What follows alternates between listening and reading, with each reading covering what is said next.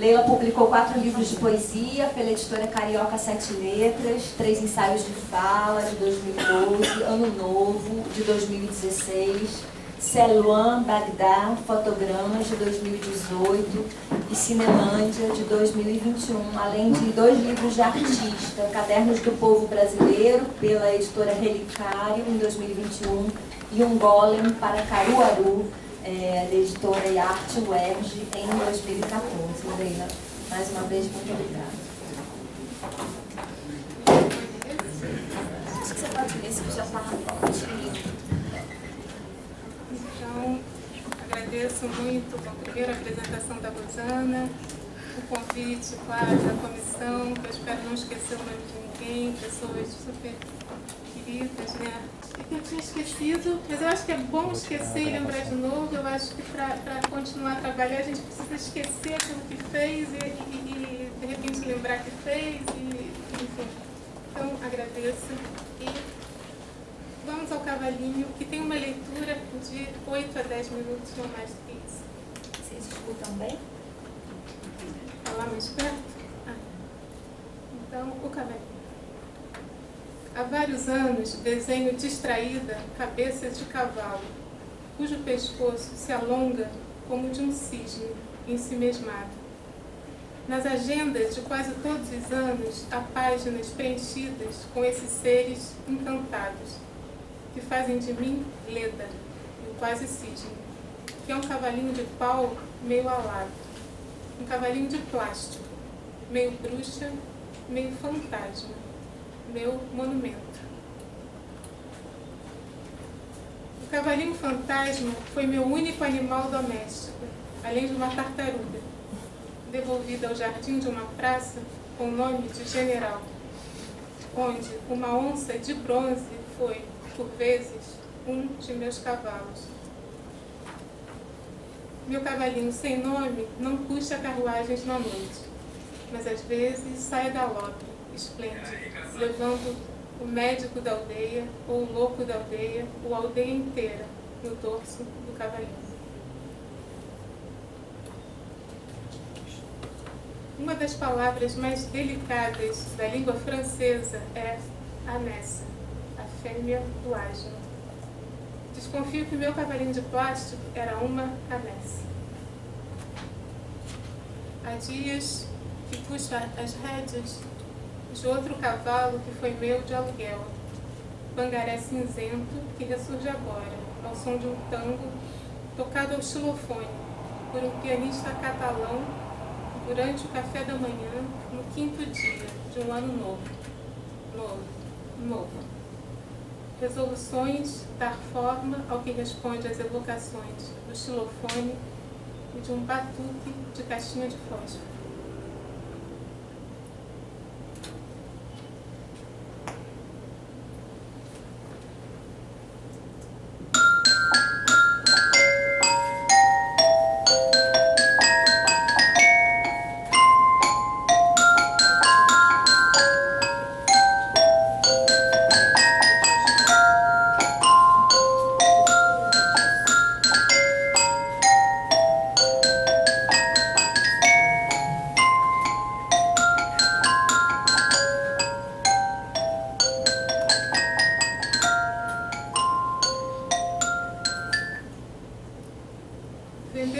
Vender o cavalo, o único.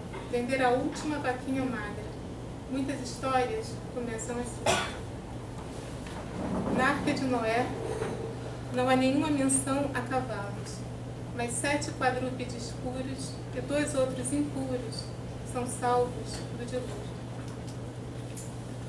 Em uma barragem contra o Pacífico, 2 irmãos compram um cavalo tão velho, mas tão velho, que ele morre no 2º parágrafo. Desencadeia a partida de José e Suzane e toda a história, como na canção que começa com o carneiro que meu pai comprou por 2 tostões, e o gato comeu o carneiro, e o cachorro mordeu o gato, que o pau espantou, que o fogo queimou, que a água apagou, que o boi bebeu. Talvez muitas cantigas se encontrem nesse carneiro, ou no bastão, atirado sobre o gato, que assim, partido, recebe a cabeça de um cavalinho. Faço uma aposta. Nos primeiros 5 livros da Bíblia não há cavalos, mas camelos, jefes, éguas, jumentos, asnos, burros sem rabo, e todos os tipos de ambulantes, caixeiros viajantes, mercadores e suas arcas.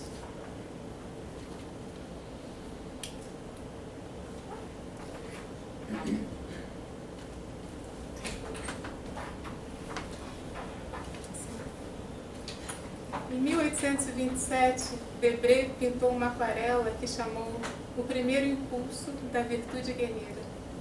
Meninos, quase todos descalços, cavalgam arcos, empunham varas, atravessam o país. Da direita para a esquerda, atravessam a imagem. Desenham com os pés o alfabeto não ocidental que ainda virá. Minha Anécia segue com eles e tenta emperrar a virtude guerreira, travar a imaginação conquistadora. O que sobra, se retirarmos do cavalinho a ideia de que tudo é cavalgada?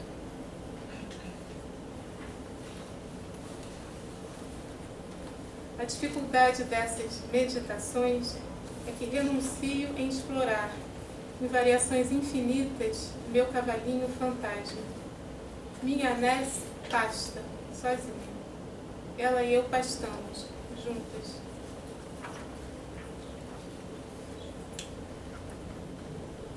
Às vezes, imaginamos vagos projetos, como de refazer a Amazônia de Manet, aquela do MASP, versão cavalinho de pau.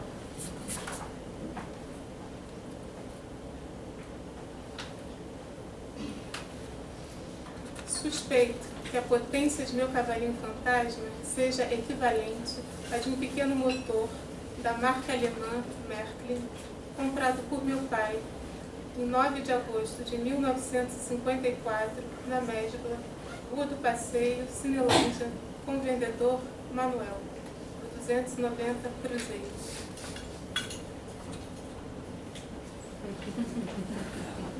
O motor, guardado intacto com a nota fiscal, deveria mover um trem, que segue ainda desaparecido. Em agosto de 1954, há um tiro na madrugada do Brasil. Meu pai tinha 32 anos, era casado e pai de um menino que não guarda nenhuma lembrança de locomotivas e vagões de brinquedos. Eu guardo a lembrança do cavalinho, que tive ou não. Sua potência é capaz de mover o motor de meu pai, o coração de sua infância berlinense interrompida. O cavalinho de madeira ou de plástico empurra o aço do motor em ação semelhante à da gata e sua escrita, que informa os objetos e o espaço de minha casa há 13 anos.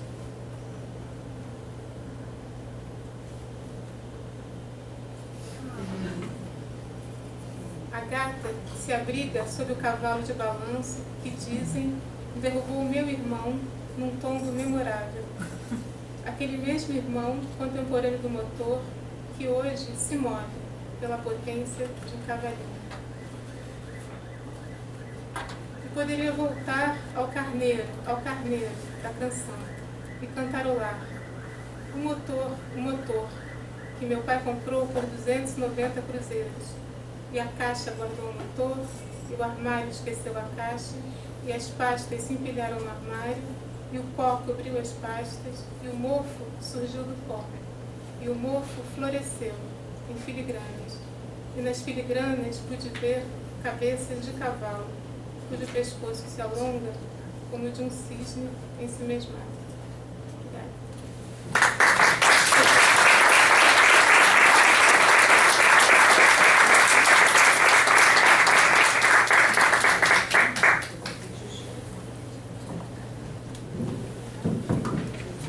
Obrigada, Leila. Tenho a alegria de passar palavras. Uma pessoa que eu já conhecia faz tempo, mas em carne e osso, foi apresentação agora, né? Tenho a alegria de apresentar Andy Piorsky, artista plástico, pesquisador das práticas da criança, teólogo, mestre em ciências da religião, realiza pesquisas nas áreas de culturas, produções simbólicas, antropologia do imaginário e filosofias da imaginação. No campo das visualidades, discute as narrativas da infância e seus artefatos, brinquedos e linguagens, a partir dos quais realiza exposições e intervenções. Publicou em 2016 o livro Brinquedos do Chão, a Natureza, o Imaginário e o Brincar, pela editora Queirópolis, bastante discutido aqui na nossa pós-graduação. Pela mesma editora, publicou Anímicas em 2023 e está lançando agora seu mais novo livro, A Criança e as Águas. Obrigada.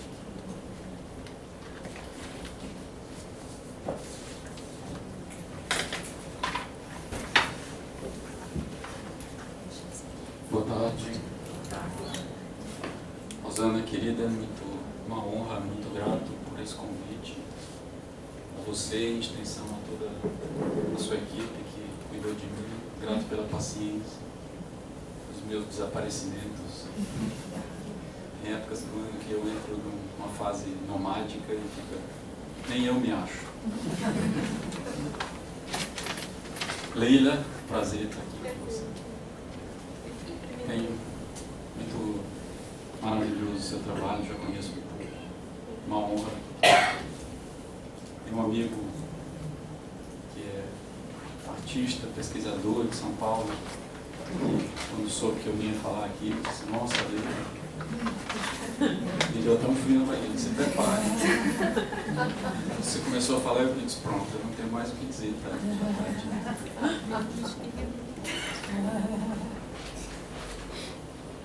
Mas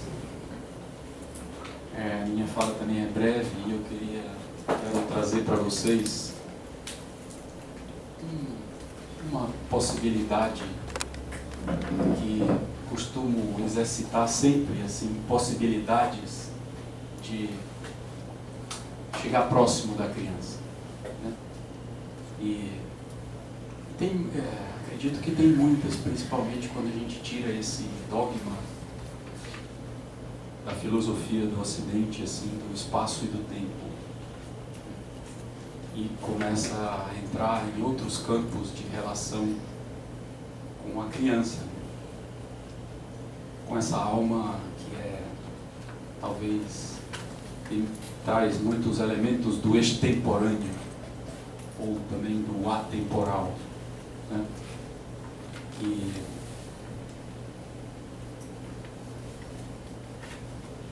E eu acho que muito cedo, né, o pensamento ocidental colocou o ser no horizonte, na praça pública. Então parece que a gente não nasce na casa, no berço, né, num lugar, numa intimidade. O ser já é aquele que discute, aquele que se expressa, aquele que constrói políticas. E é claro que esse ser da intimidade, que é a criança, ele constrói políticas, ele se expressa, mas por um bom período ele não está ainda no horizonte. É claro que hoje a gente força esse horizonte, né? E já tem crianças de 3 meses ficando 8 horas em creches. Mas, quando a gente sai um pouco do espaço e do tempo para olhar a criança, desses dois constrangimentos que nos impõem formas de lidar com as coisas, com a vida, quando a gente procura a criança, por exemplo, pelo som ou pela luz, quando a gente procura a criança assim, talvez numa nomenclatura mais ali do Gaston Bachelard, assim, pela ressonância, pela repercussão, a gente vai encontrando muitos elementos plásticos sondar essa peculiaridade da consciência humana, que é isso que a gente chama de criança. E então eu imagino assim que, como um exercício, a gente pode olhar para a sombra, para o ponto e para a bolha, né? Que são elementos materiais, né? São qualidades materiais, né? E até, de algum modo, algumas delas pré-formais, né? Então, a sombra, ela é um elemento em algumas arquiteturas de povos,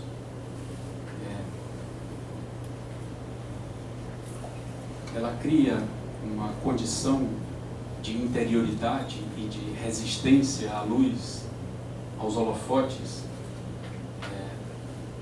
bem significativa. Assim, se a gente olha para a arquitetura japonesa, a arquitetura tradicional, ou se a gente olha para a arquitetura das ocas, e em alguns aspectos para a arquitetura tradicional brasileira, das casas de barro, das palafitas de palha, a gente vai encontrar muitos elementos da sombra. Muitas dessas moradas e formas de moradas são penumbradas. Especialmente a arquitetura japonesa, ela traz uma escuridão mesmo, na cor dos móveis. Tem um louvor à sombra, né, do Tanizaki, Junichiro Tanizaki, acho que é isso. Ele é meio irônico aquele estudo dele, aquele livro, assim, mas ele traz esses elementos da escuridão, assim, da casa. E como uma estética alimentar e relacional transcorre por dentro dessa penumbra, dessa sombra, ou desse lugar mais sombreado. Então, por exemplo, a própria beleza da alimentação japonesa, por essa perspectiva, precisa acontecer sendo servida em objetos escuros, em lacas, em materiais que não revelem de todo aquela forma alimentar. Então a sombra é um jeito de guardar intimidades no espaço, né? E até mesmo talvez não permitir que a luz da exterioridade invasiva penetre nesse senso profundo de habitar. E a criança é um procurador de habitar, né? A criança é uma arquiteta de habitações, né? Se a gente olhar assim para as casinhas, né? Ela está procurando entrar nas coisas, né? E esse dentro, ele, na maioria das vezes, nessa busca por intimidade, ele não se quer revelado, né? Crianças, quando são pegas de chofre, são reveladas por um público. Se entra aqui um bebê de 2 anos correndo, ele nem se dá conta, muitas vezes, de que ele está entrando num ambiente, mas se a gente fala com ele e o público olha, ele toma um susto daquela. Eu já fui visitar creches públicas, num trabalho assim, olhando para creches públicas em São Paulo, e é muito incrível assim que as crianças tomam banho junto, comem junto, né? A intimidade, não existe sombra, não existe uma possibilidade de se guardar. E numa dessas eu entrei num ambiente que a professora me levou para um ambiente que tinha uma criança tomando banho.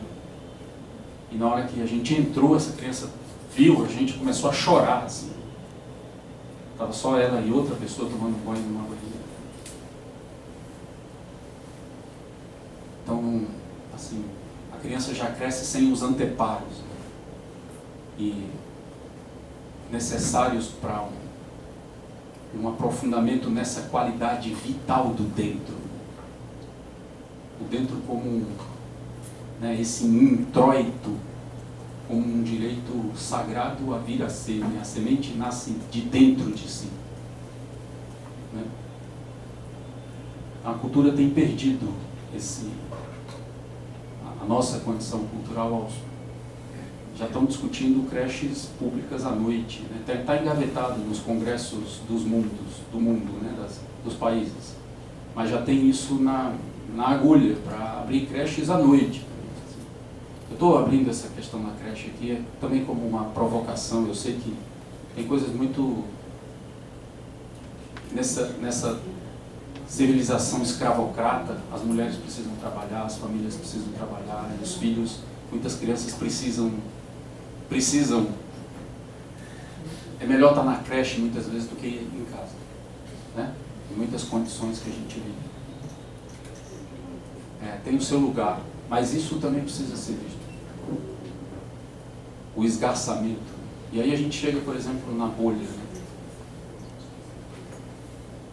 Então, a bolha tem um autor que é o Sloterdijk, que tem um estudo bonito sobre as esferas e as bolhas. Ele vai dizendo assim que as psicoses são transições malogradas de uma esfera para outra, de uma camada para outra. Então a gente sai de uma bolha e entra numa outra, sai dessa outra e entra em outra. E mesmo que a gente queira se deslocar do planeta, a gente está dentro de uma outra grande membrana, que é a atmosfera. Mesmo que a gente queira voar. Então são camadas. E esse processo, esse trabalho de ir saindo de dentro de uma esfera de intimidade para outra esfera, ele precisa ser cuidado. Precisa se levar em conta que a intimidade é um elemento fundante da nossa individualidade, da nossa interioridade. E a intimidade é uma expressão da morada, é uma expressão do afeto, é uma expressão da cozinha, é uma expressão do quarto. Ela está na nutrição, ela está na atenção íntima, individual. Então, uma ideia de intimidade na filosofia é aquilo, a gente é aceito por aquilo que a gente traz. Então as crianças vão dormir na casa dos amigos e a família, poxa, parabéns, que legal o seu filho, como ele é educado. Mas em casa ele toca o terror, porque ele encontra o seu lugar de ser aceito como ele é, pelo menos mais ou menos aceito. Então a intimidade ela está nessa possibilidade de dizer de si com a voltagem necessária para aquela situação. Mas esse dizer de si, ele é demarcado no ambiente, na intimidade. E não na coletividade. Então a esfera, ela é quase sempre um trabalho duplo, ela é uma membrana. Então as civilizações, os povos, são invadidos, são continuamente invadidos, e as civilizações nascem dessa brutalidade. Mas o que regenera essa brutalidade sobre os povos invadidos são as esferas, são os elementos de intimidade. É quando eu vou na casa do meu vizinho tomar um café, é quando a gente se encontra para falar secretamente dos deuses, porque eles são proibidos em determinados ambientes, ou pelo colonizador.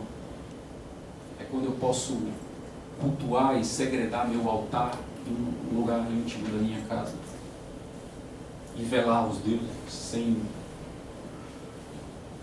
E aí aos poucos esses encontros íntimos, eles vão regenerando aquele trauma.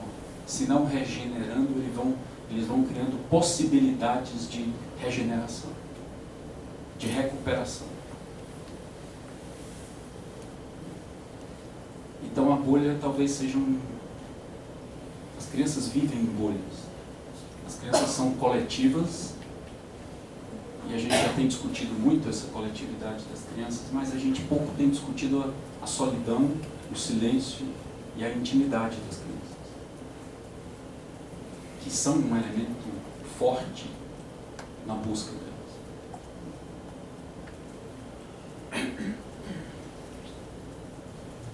E para finalizar, um outro elemento significativo que considero desse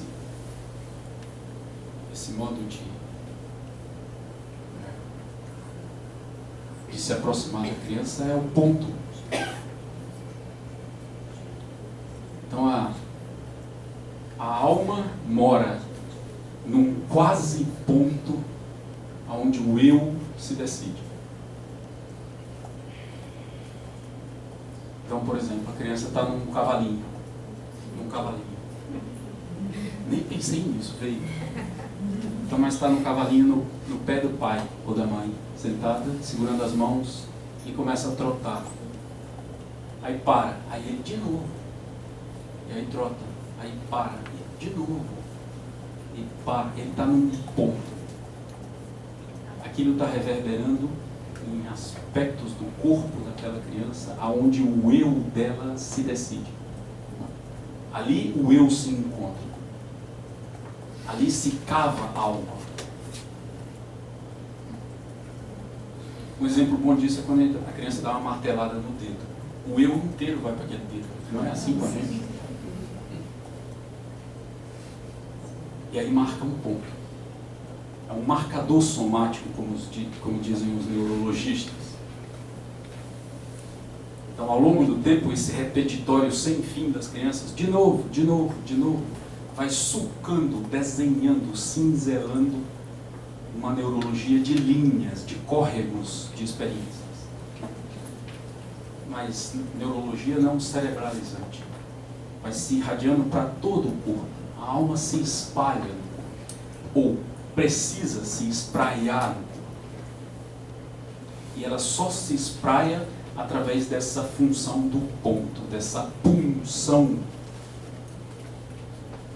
do eu em se encontrar, se concentrar em determinado lugar do corpo. E essa malha de pontos vai se encontrando, e aí cria-se um campo de força, de significado, um corpo psíquico.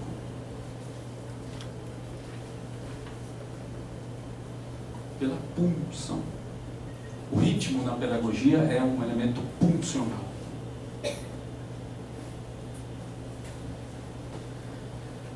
Esses 3 pontos. Muito obrigado.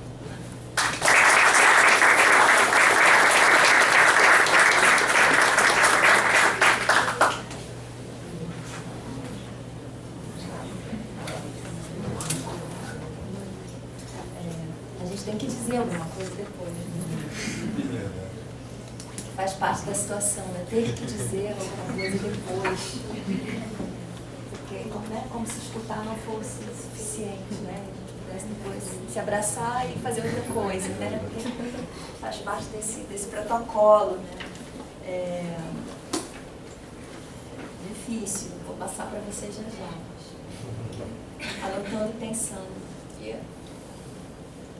Nessa tentativa de cruzar um pouco, né, essas duas escutas, fiquei pensando também nas estratégias muito diferentes com que vocês dois vão imaginando, né, essa chegada para perto de uma certa infância, né, que são infâncias diferentes, a partir da força material das formas, né? Porque eu acho que é isso que liga vocês aqui. Do lado de cá, né, a Leila vai falar de um cavalinho de pau que na verdade é de plástico, que na verdade nem cavalo é, porque é a fêmea de um ágio, né? Então tem estava lembrando aqui da mesa anterior, e Luciana falou, né, de uma certa poética do soslaio, né? Tem um deslizamento e um deslocamento do objeto, né? Pensando na própria plasticidade da forma, né? Como se um jeito de estar perto da infância, né? Passasse por uma língua e uma imagem e uma fabulação metamórfica, né? Assim, a plasticidade da forma e um brinquedo também que corre no tempo de maneira intergeracional, né? Que é o cavalo da Leila que anima o motor do brinquedo do pai. Então, o tempo inteiro eu estava caminhando com você nesses movimentos, né? E a estratégia do Gandhi, né, foi criar pontos de ancoragem, né? 3 formas, né? E cada forma materializa, né, sustenta um certo estado, né, de infância. A morada, a sombra, a bolha, né? E bonito observar, né, esses 2 movimentos de chegança, né, à infância, né, o deslocamento de a plasticidade e esses 3 pilares. E aí eu queria um pouco, assim, tentar ouvir de vocês, se reagir um pouco a isso, né? E se Gandhi também imagina, né, um vazamento, né, entre esses três pontos. Como é que isso se daria? Né? Bem enrolado, né? Não, fez total sentido. Eu acho que sim, essas são só portas, mas são todas comunicantes. É sistêmico, talvez, isso, né? E é só um jeito de procurar portas para se aproximar da criança por uma condição por um estado mais onírico. Porque considero que a gente precisa estar mais onírico para chegar nessa qualidade de consciência da criança. E como a recuperação desse lugar autóctone da criança, que é o sonho, né, que é um pensamento que sonha, para nós já se a gente não tiver cuidado, a gente falseia e infantiliza a criança, né? É um exercício de procurar essa qualidade onírica, sonhante, plástica, artística, né? De chegar nesse grande sistema, né? Então, muitas vezes eu utilizo também, procuro pelos 4 elementos. Às vezes me detenho assim de olhar só para os seixos e procurar a psicologia das pedras, entre aspas, psicologia, né? Mas esse estado embriológico de um seixo que sai quadrado e vai se arredondando e dobra-se sobre si, dobra sobre si próprio, vai num redemoinho dentro do rio e se internaliza, constrói uma arquê, né? Dos gregos, assim, né? Arquê é tudo aquilo que volta sobre si mesmo, né? Nesse sentido do gesto, isso que se desemana da natureza como gesto, é tudo linguagem possível de aproximação dos seres. É tudo possibilidade, considero eu. Não sei se eu estou. É só uma lente. Não é um saber. Não é um conceito, mas é um exercício aproximativo que escapa dessas possibilidades de espaço e tempo e devolve às coisas o seu estado linguístico. Tira o antropológico da linguagem e faz como o romantismo alemão fez e devolve o teológico. A linguagem está na natureza, na criação e não no sujeito humano. Para talvez conseguir esse transcurso mais onírico. Só para concluir, eu encontrei uma vez um seringueiro, soldado da borracha, década de 20 do Brasil, e ele ficou 10 anos sozinho na floresta amazônica, trabalhando com a seringa, mas nesses 10 anos ele teve uns 3 ou 4 contatos com pessoas, como um escravo, assim, né? Escravizado. E aí ele narra como ele conseguia conversar com os pássaros. Então o que os pássaros diziam começou a fazer sentido para ele. Porque ele entrou nessa linguagem. Mesmo que a gente não reconheça isso como linguagem, para ele era uma condição de significado. Então os pássaros diziam da chuva, os pássaros diziam da mudança de estação, os pássaros diziam dos perigos de outros animais, predadores, os pássaros. E diziam, e ele construía a linguagem, ele fala dos pássaros. Populações indígenas, para algumas tradições, tudo é o homem, né? O ser, né? Então, é um pouco esse exercício de desantropologizar a pesquisa e chegar mais próximo de uma ideia de linguagem. Então, primeira coisa, eu queria também assim, saudar mesmo o Grande, porque eu nem dei boa tarde, nem falei, eu estava nervosa, fiquei nervosa para começar. E aí, um prazer estar aqui com você, com a Rosana, claro, sempre. Isso da força material das formas que a Rosana fala, eu acho que, assim, no fundo, para mim, isso é tudo, né? Para começar um trabalho, para desenvolver um trabalho, tem que ter concreção, tem que ter alguma coisa que seja, para mim, que não é um conceito, mas é realmente do mundo, alguma coisa lá, a garrafa vermelha. Mas o que une tudo, para mim, claro, aí foi a escrita, né? Foi escrever. Porque assim, recebi o convite, né, o convitinho lá lindo, essa coisa da infância, e aí eu pensei, tenho esse texto, comecei a escrever esse texto do Cavalinho, e eu acreditei nele, eu mandei assim um resumo, depois eu fui ver o que eu tinha, e o que eu tinha eu lia em 3 minutos, sem exagero nenhum. Eu falei, caramba, eu vou ter que, agora o Cavalinho tem que aumentar. Aí eu fui lá, meu Deus, e realmente eu tenho, assim, eu brinco que eu poderia trabalhar o resto da minha vida com as coisas do meu pai, as coisas que ele juntou ao longo da vida, que era um arquivista selvagem, que guardou as coisas dele, as coisas da minha mãe, dos meus avós, dos filhos, né? Então, eu tenho um arquivo sem fim. Então, realmente eu abri uma caixa, que era uma caixa tabu, assim, trenzinho elétrico. Só que não tinha trenzinho elétrico nenhum. Tinha esse motor que eu nunca tinha visto na vida, que é lindo. A peça em si é uma coisa incrível. Lembra aqueles palitos de picolé, sabe, de antigamente? Acho que a maioria não lembra. Mas uma Mas tinha um fechadura palito também. de picolé que a gente Colorido, encaixava colorido. a gente Uma coisa que chupava dá muito, corda. depois a gente também tinha um brinquedo na roda. Lembra disso? É o tutti frutti. É a frutili.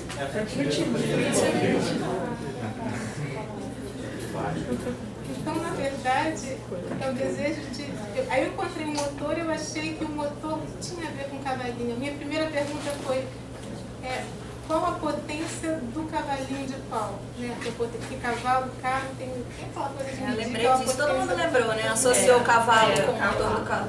Quantos cavalos tem o motor?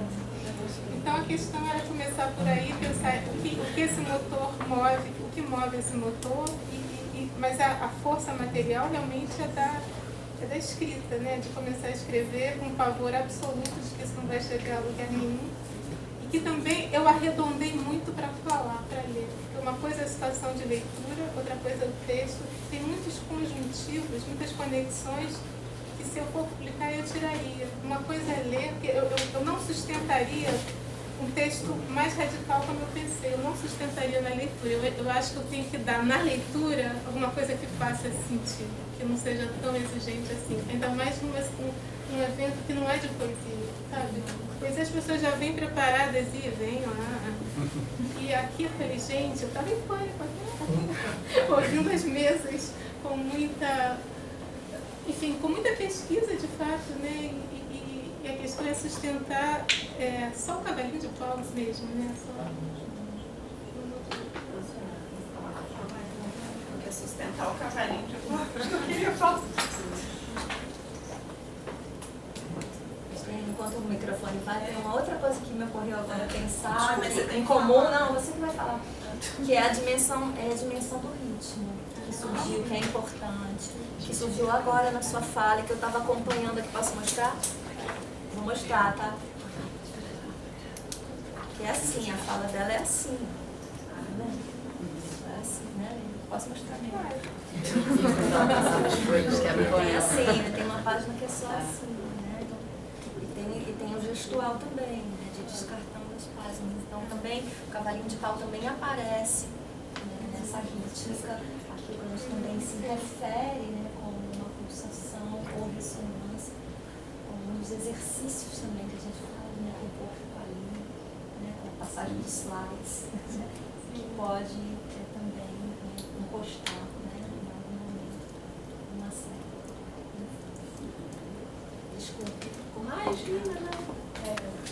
Eu agradeço muito aos dois. Enfim, acho que o que vocês trouxeram vai reverberar, né? Não só hoje e amanhã, mas segue reverberando. Mas, Leila, eu queria, na verdade, te agradecer, né? E eu fiquei tentando aqui, isso apareceu para mim, como que repercutiu uma espécie de preâmbulo que você fez ao poema do Cavalinho de Pau, né? Porque você diz da artista visual, né? Da professora e da mãe do Davi, né? E eu fiquei pensando que você disse em algum momento, nem sei se foi no currículo que a Rosana leu, né? Mas a professora de memória, né, subjetiva e memória coletiva.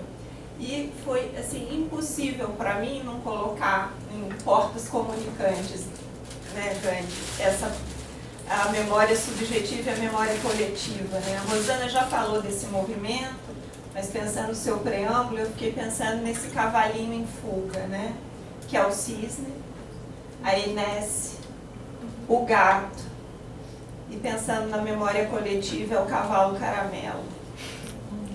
Esse que sobreviveu, né, à inundação, que é o nosso náufrago, né? Então eu acho que o cavalo caramelo, de certa maneira, é uma espécie de autorretrato do Brasil, mas não do Brasil brutal, né? É um autorretrato do Brasil onde sobrevive alguma potência de delicadeza que está aqui na sua fala. E, claro que ser um cavalo náufrago também traz de volta o Robson de manhã, né? Só que aqui, para te agradecer, eu lembrei de um poema, eu nem sei, Leila, assim, que você falou, né? A Leda e o Cisne, que eu já acho que é a Leila e o Cisne, mas eu vou trazer um outro poema que me invadiu, então é Porquinho da Índia. Quando eu tinha 6 anos, ganhei um porquinho da Índia. Que dor de coração eu tinha, porque o bichinho só queria estar debaixo do fogão. Levava ele para a sala, para os lugares mais bonitos, mais limpinhos. Ele não se importava. Queria era estar debaixo do fogão. Não fazia caso nenhum das minhas ternurinhas. O meu porquinho da Índia foi a minha primeira namorada. Então acho que seu cavalinho de pau é um grande autor. Manuel Bandeira, Leila. Obrigada. É para te agradecer. Muito obrigada. Não, eu falei, gente, um poema assim. Não, imagina! Cultura de... Eu penso Rondó dos Cavalinhos do Bandeira. Agora eu não esqueci, não. Não, lindo. Eu podia ser tão emocionada. Eu acho que né? Minha mãe lia isso comigo uma e outra vez. Olha, eu não pensei. Das poucas coisas que eu sei de cor ainda hoje. Então, a coisa do caramelo, quando eu botei, a gente bota em rede social, né, pra divulgar, blá blá blá. Eu botei lá essa coisa do cavalinho, aí uma queridíssima amiga, ex-orientanda, que mora em Porto Alegre, botou, Leila, é o caramelo, e o caramelo? Comentou, botou só a palavra, o nome, caramelo. Eu falei, é mesmo. E eu pensei, assim, eu pensei muito, será que eu boto o caramelo? Depois eu pensei, o caramelo já está. Já faz parte. Eu não preciso trazer ele porque ele está nesse imaginário. E depois eu pensei que para escrever tem uma coisa que a Margarita Duras diz que eu respeito muito, que ela diz que eu preciso deixar acalmar a informação, assim, a coisa do mundo, sabe? Então, para eu trazer isso para a escrita, eu tinha que elaborar, assim, eu falei... E eu, como acho, realmente, eu não queria... assim, ele já está. Eu não precisaria trazer, eu acho que a Paula... Quem sabe um dia ele consegue entrar de alguma forma que não seja... que eu não vou estar explorando, sabe? Eu me senti meio, estou explorando, caramba. Mas, Leila, eu acho que eu comecei com um pouco Celan e ele retorna, né? Quando o Celan data, eu acho que se a sua fala, né, tem essa data de hoje, o cavalinho, o caramelo vai estar na data de hoje, né? 15 de maio de... Porque as datas são assinaturas, né? Remetem a um entorno do poema que não precisa necessariamente estar no poema, né? Totalmente. Então, né? Eu acho que é isso. Não, mas eu agradeço muito, porque no fundo eu estou fazendo um pouco de oficina aqui, né? É um texto que eu, sei lá, estou escrevendo, não acho que ele esteja acabado. E tem uma outra coisa que eu acho que eu não enfrentei no Cavalinho, que está meio implícito e que foi dito na fala da Carolina Fenato, eu acho, assim, sugerido na minha cabeça, foi um pouco isso. O Cavalinho para as meninas tem uma dimensão erótica. O Cavalinho de Pau, assim, não é à toa que a Amazona do Manet, que eu trouxe, ela senta de lado. O Cavalinho de Pau para a menina tem uma dimensão que eu não sei se eu me perguntei, será que eu conseguiria enfrentar essa dimensão erótica de um cavalinho de pau para uma menina? Sonhando. Talvez. E aí, isso é uma pergunta, mas eu agradeço o caráter de oficina que isso acabou sendo.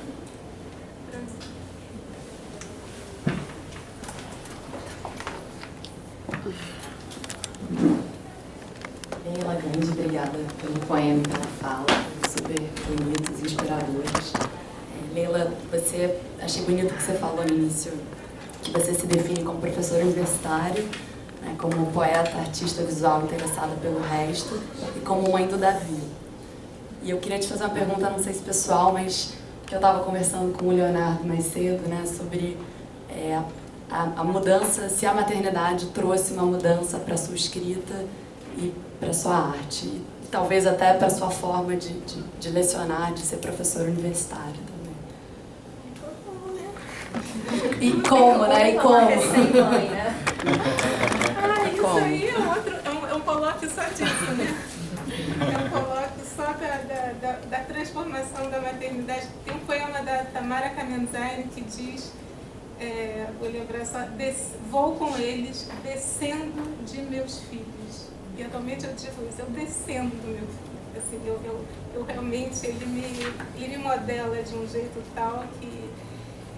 em relação à escrita, não, porque eu não escrevi. Eu comecei a escrever com 45 anos, de verdade. Assim, quando eu saí de uma universidade que eu dava aula em Juiz de Fora, eu pedi exoneração, entrei numa oficina de poesia do Carlito Azevedo. Me mudou, assim, foi... Gente, eu nem sabia que eu queria escrever poesia. Aí eu fui lá e a oficina... Eu acho a oficina de poesia maravilhosa. Mas então, para a escrita não, porque eu nem escrevia. Davi tinha, sei lá, 11 anos, já era grande. Então, não, mas eu acho que ele tá, assim, eu acho que ser artista, plástico, visual, sei lá o que for, assim, essa dimensão não sei se a dimensão da brincadeira, da concreção, é tão absurdamente presente. A Mônica de Aquino, essa poeta, escritora, que pesquisa a maternidade, o doutorado dela é sobre maternidade / infância. Fica a dica. Fica a dica. Ela me perguntou isso, mas o Davi mudou o seu trabalho artístico? Eu falei, sinceramente, eu acho que sim e não. Assim, minha casa hoje só tem brinquedo. Meus bibelôs, eu tenho vitrines de brinquedos pela casa toda. Mas não é assim, o brinquedo é tudo. Assim, tudo perde essa função óbvia e vira alguma outra coisa e eu não sei. Aí eu não sei, eu acho que ele está integrado nisso tudo. Assim, a minha gratidão, não.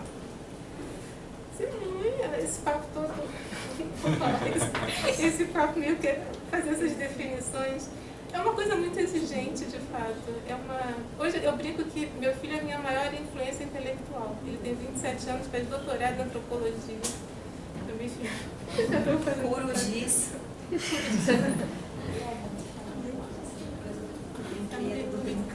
Pode me ligar nessa tomada da maternidade. enquanto também, de alguma maneira, né, as tuas andanças e as tuas pesquisas, no país todo, né? Na cola das crianças que brincam no chão, brincam com os materiais, como que isso também, de alguma maneira, compõe, né? A vida, o teu pensamento, para onde essas crianças te levam. Tem acho que um lugar mais, talvez mais, tudo muito incerto, né?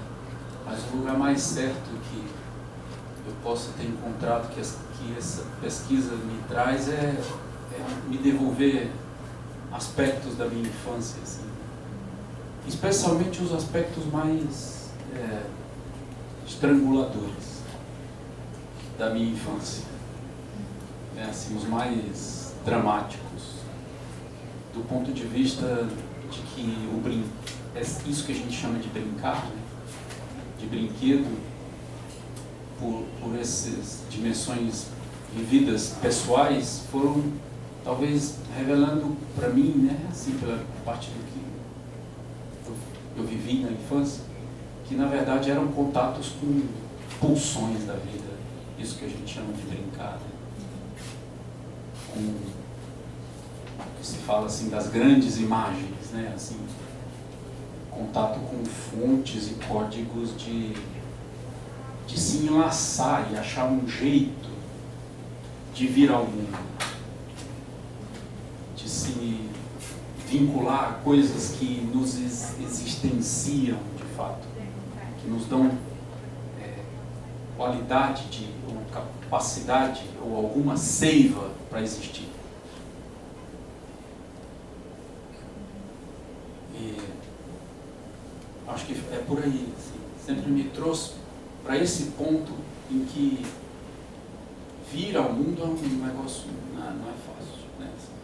Pelo menos para mim nunca foi. E aí o brincar em mim foi sempre um refúgio na infância, porque a escola sempre foi muito difícil para mim. E o aprendizado, todo esse mundo da cognição, do estudo, do método, do trabalho ali dentro daquela rotina de horários, sempre foi um lugar que, por pouco, eu acho que eu não vivi uma ruptura psíquica. E não sei nem se vivi, né? Porque eu estou aqui falando, mas não sei qual é dele. Então, a sombra, a bolha, o ponto, o fogo, a terra, o ar, foram meus lugares, né, assim, de refúgio. A família também, né? Eu sempre tive uma família muito amorosa, mas o ambiente coletivo era brutal. Assim. Então, essa pesquisa foi me trazendo de volta para isso tudo. E eu fui percebendo que brincar era uma forma de criar laço com a vida. Por essa ótica, né? Tem tantas outras dimensões de infância, né? Mas é uma forma de se ancorar em coisas que dão substância, substrato de significado, fontes de sentido. Né? Por aí.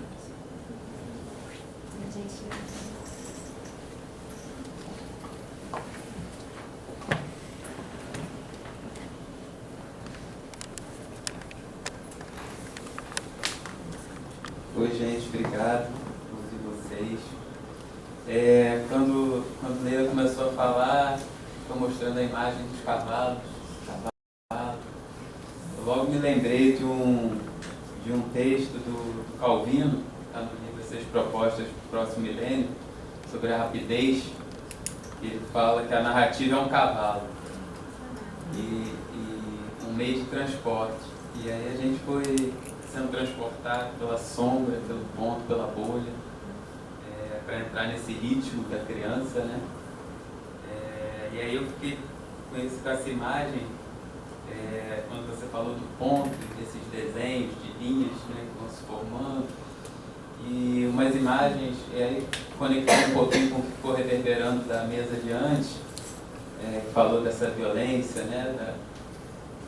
Falou desse lugar da violência, mas falou também do lugar da ficção como possibilidade de, né, de uma outra possibilidade de estar no mundo, né? Dessas palavras que não são palavras inventadas e que podem trazer uma outra possibilidade de caminhar junto nesse mundo, uma outra existência, né, dentro desse mundo que a gente vive. E uma imagem que sempre tem me ficado muito na cabeça são essas imagens, quando aparecem, né, essas imagens da guerra, das muitas guerras que estão acontecendo. E aí eu vejo na imagem, sempre no cantinho, aparece um grupo de crianças brincando naquele cantinho, no meio dos escombros, no meio, né, brincando com a materialidade que sobrou das coisas, com a materialidade que sobra, com o que já foi habitação para eles, né, e agora eles estão ali reinventando aquele lugar da habitação deles com o que sobrou. Né? Então, assim, a sua fala, quando você falou da intimidade com o dentro, como possibilidade de regeneração, né? Eu vejo nas crianças essa força, né? Que pontos são esses que vão constituindo as crianças para elas seguirem, né? Com essa potencialidade.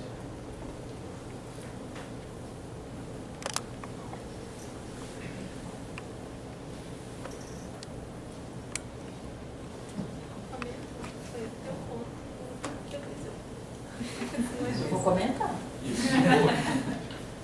Vou ver o Vicente falar. Não, porque, enfim, como amanhã também aqui vem numa das mesas o Luiz Rufino, né? Ele vai falar da guerrilha brincante, ouvindo o Vicente também. Pensar, né, que também uma dimensão do jogo do brincar é bélica, né? Assim, quando a brincadeira é radical, você não sabe onde aquilo vai dar, né? E os pontos de ruptura são imensos, né? Não é isso? Todo mundo brinca arriscado, né? Abre o rosto, empurra o colega, ou, né, cai no buraco, tropeça, não sei, né? A brincadeira, ela é arisca, quando ela não tem muitas regras, né? Então, esse limiar também é interessante, né? De pensar entre a brincadeira e a guerra, entre o jogo e a violência, o jogo como também um espaço muito codificado às vezes, né? Tabuleiro, regras, bulas, né? E uma outra dimensão da brincadeira muito selvagem, né? Muito perigosa. Então, também na própria plasticidade do jogo, né? Em todas essas dimensões, né? E que riscos a gente, aqui no mundo adulto, topa fazer, né? Quando a gente brinca, né? Até onde a gente vai. Agora vamos tomar banho, né? Ficar limpinho para dormir, né? Enquanto a gente se suja no jogo também, né? As crianças permitem essa sujeira no jogo. E eu acho que essa dimensão de perigo e de risco é fundamental, né? Me parece, para a vida, né? Também é um lugar de estar perto, né? Dessa vivência feroz no jogo, junto das crianças, que nos traz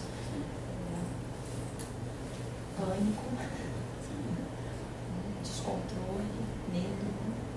São todas dimensões também que vêm, né, desse espaço agentivo da brincadeira, desse agressivo mesmo da brincadeira, né?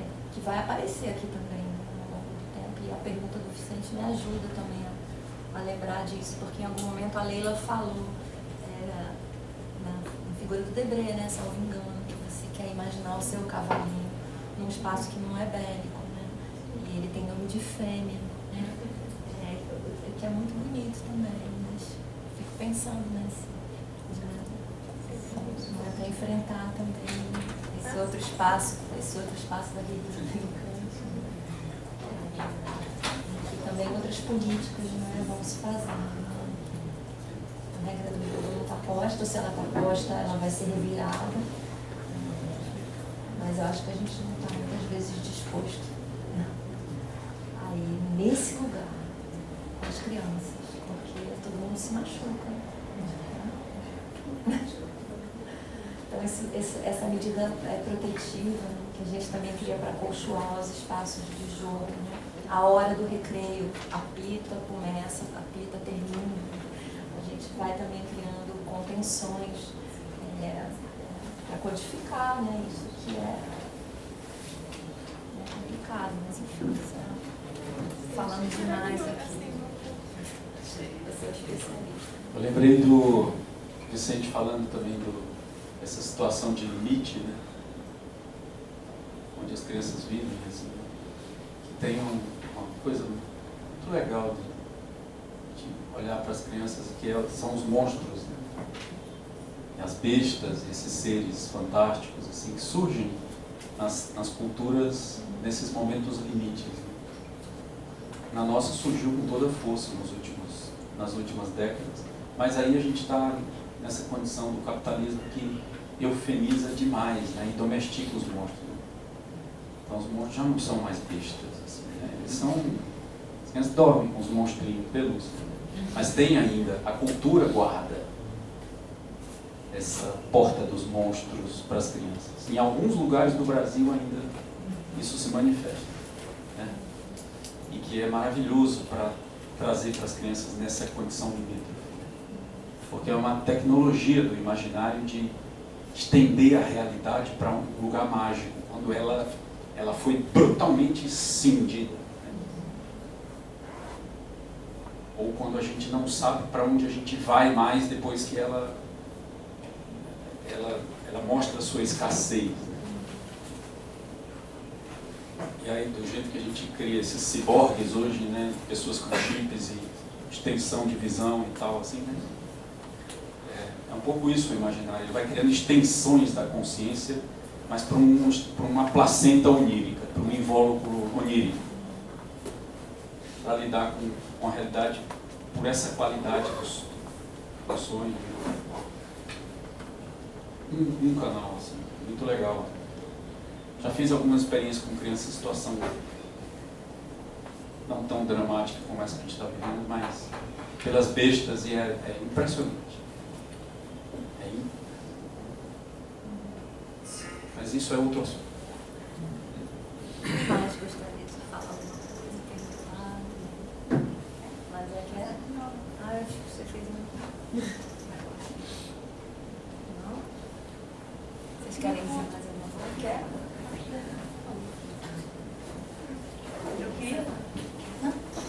Então, eu queria só agradecer, né, muito, foi muito bom escutá-los, parabenizá-los por suas falas, e Leila, grande. E eu fiquei pensando também na dimensão do brinquedo, né? Eu, assim, não resisti a comentar isso com vocês, assim, e com a Rosana também na mesa, né? Sobre a ideia do brinquedo, né? Como, eu pensei que no Donald Winnicott, né? Como esse objeto transicional, né? Então, essa dimensão do dentro e do fora, o que é o dentro e o que é o fora, né? Eu achei, fiquei muito comovente, Leila, né? a sua leitura, onde é que está esse cavalinho, né? Quer dizer, pensar nessa zona de intimidade, nessa zona da sombra, né? Mas ao mesmo tempo, o que é esse dentro e o externo? A gente não tem como nunca saber exatamente onde é que, né? Como que isso se define, né? Então, talvez, Leila, a sua dificuldade também de trazer o texto para cá, porque é um pouco para tirar da sombra, né, dessa zona de intimidade e trazer, né, esse brinquedo, né, texto, né, para algo que vai estar, na verdade, né, enfim, acho que era só isso.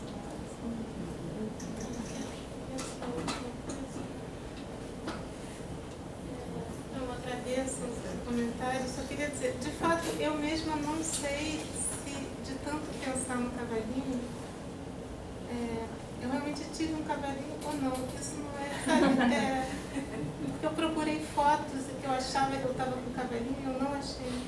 Então, assim, de tanto imaginar, eu descobri umas estilográvuras que eu fiz, assim, com 18 anos, que tinha um cavalinho, sabe? Tinha um cavalinho.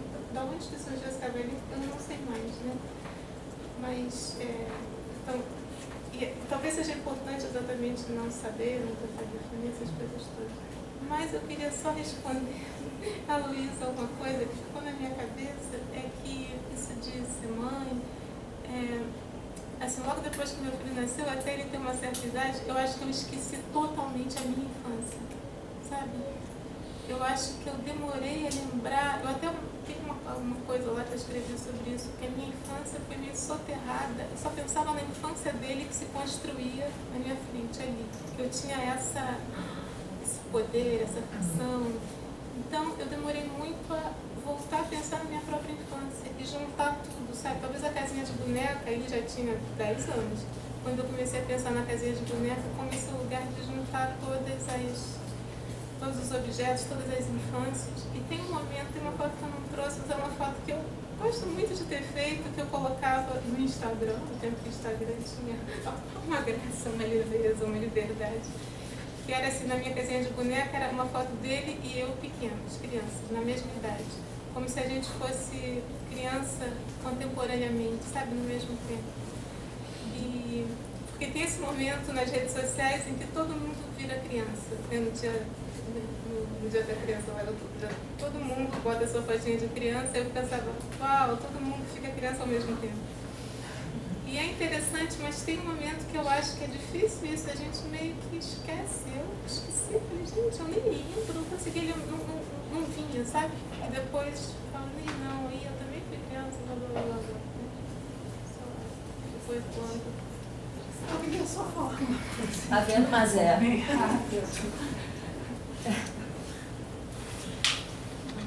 Primeiro, parabenizar todos os organizadores. Esse evento muito lindo, delicado, faz a gente entrar num ponto aí com essa alma anímica, né? E dizer que esse cavalinho da Leila é muito poético, porque tem toda essa questão não só do transporte como metáfora, mas esse ritmo dos enjambements, né? Esses saltos, né? De cada verso para a próxima linha, que vão criando variações de cavalinhos atléticos ou não, que não conseguem pular exatamente. Então, só para dizer isso, as palavras de agradecimento por tudo aí que vocês nos proporcionam.